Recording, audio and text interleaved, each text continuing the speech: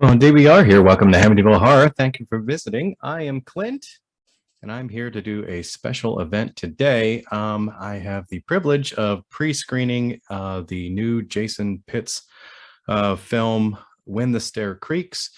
Of course, it has a Lucid Lakes Pictures production. Jason Pitts has been on the show before. We have talked to him several times. Matter of fact, we consider him to be a friend of the show. He's even co-hosted some events with us, so it's very cool to continue to be part of what he's doing, and watching his fan base grow and his productions get bigger and bigger and better and better. Of course, Jason Pitts is a writer, director, now actor out of the Arkansas area, and he has done things of the likes of Alone, Masquerade, Voorhees, Night of the Beast, just to name a few. He's going to be making his acting debut very soon in a Batman fan film, which I think is called Heart of Ice. So be on the lookout for that. I think that's something that Will Reed and him are working on together, that should be available at some point on YouTube. So this movie is interesting in the sense that the inspiration for it was actually lyrics to a song.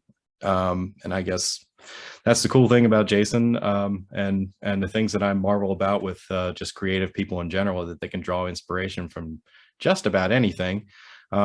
It's a song called Little Talks. It's by a group called Of Monsters and Men. And if you do get a chance to see this movie, I would familiarize myself with the lyrics of that song, because looking at them now, and having seen the movie, I can tell you that there is a great deal of lines of this song that actually are directly in the movie. So I would certainly listen to the song. And if you're not familiar with it and you don't get a chance to do that before you watch the movie, don't worry. They do a version of it at the end of the film so that you can actually hear it.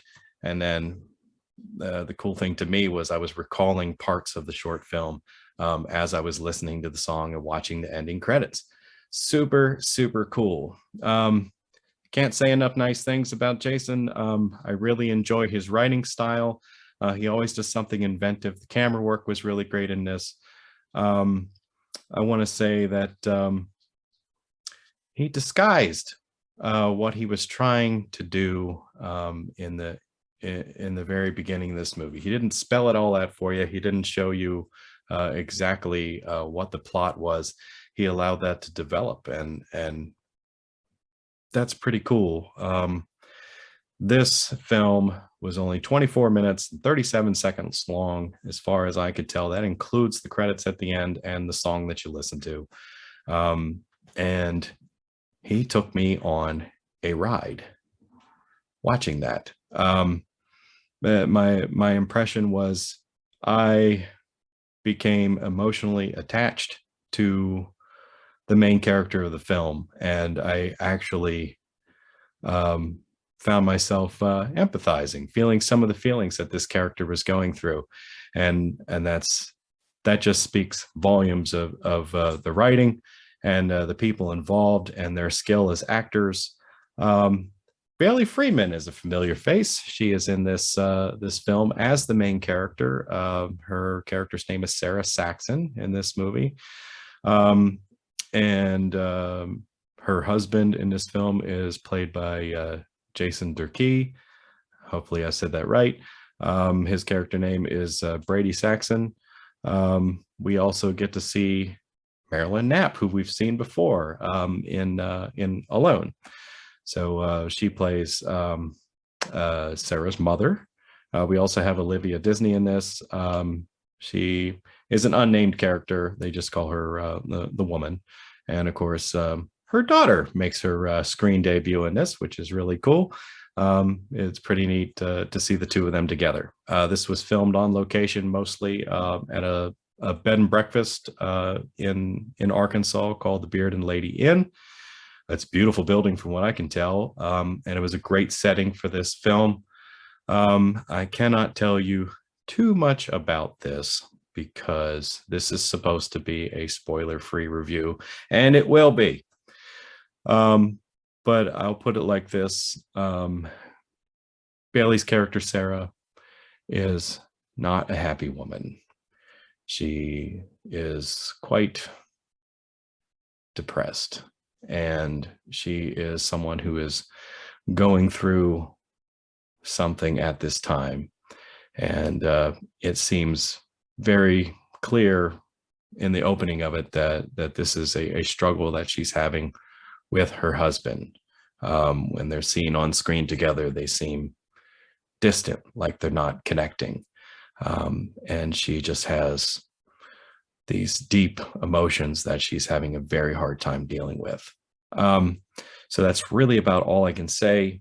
There is a little bit of a twist in this film. You don't get that until several minutes in, and it was cool to see that development happen. It was really neat because I thought I understood what was going on as I was watching it, and I just had this sudden realization over a few minutes in the film that I didn't know exactly what was going on, and when the realization hit me, I was like, oh wow, that was really well done. So anybody who sees this is going to have the same reaction, I'm sure.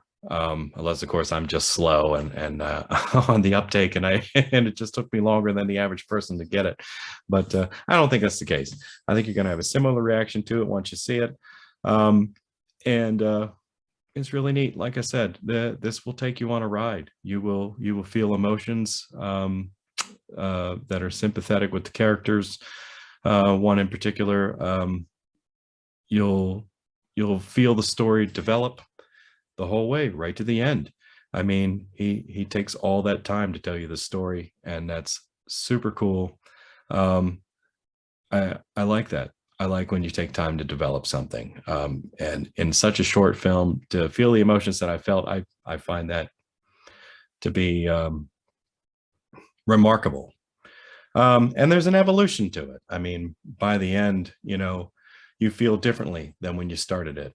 And that's another amazing thing. Just the mark of good storytelling. I can't say enough wonderful things about it. This movie premiered basically today. I know that there was a screening of it, a few days ago at the Beard and Lady Inn itself, with the people who were involved in making it, and some special guests. If you're following Jason Pitts online, you may have seen some of those pictures. If you're not following him, I suggest that you do so. Look him up on his social media. You can find him on Facebook. You can find him on Twitter. Jason very much likes to keep everyone up to date on what his projects are and what he's working on and what's happening next. I follow him regularly. I share things of his on our Facebook page, the Amityville Horror Podcast. And of course, anything that seems relevant to what's upcoming, we'll be sharing that as well. So I just wanted to take a few minutes to give a non-spoiler review of this film. And it's not the typical horror genre that Jason seems to go for. This one was very spiritual and emotional. This was almost a drama. It's step outside of his normal way of doing things, and that was really, really fun to see. So if you get a chance to see it, I think you'll have a great time as well. So thank you very much for tuning in. I hope you are excited to see this, and stay tuned for more. So on behalf of us here at Amityville Horror Podcast, I say, hey, don't let the bad ones ruin a good time, and I hope you find movies that haunt you.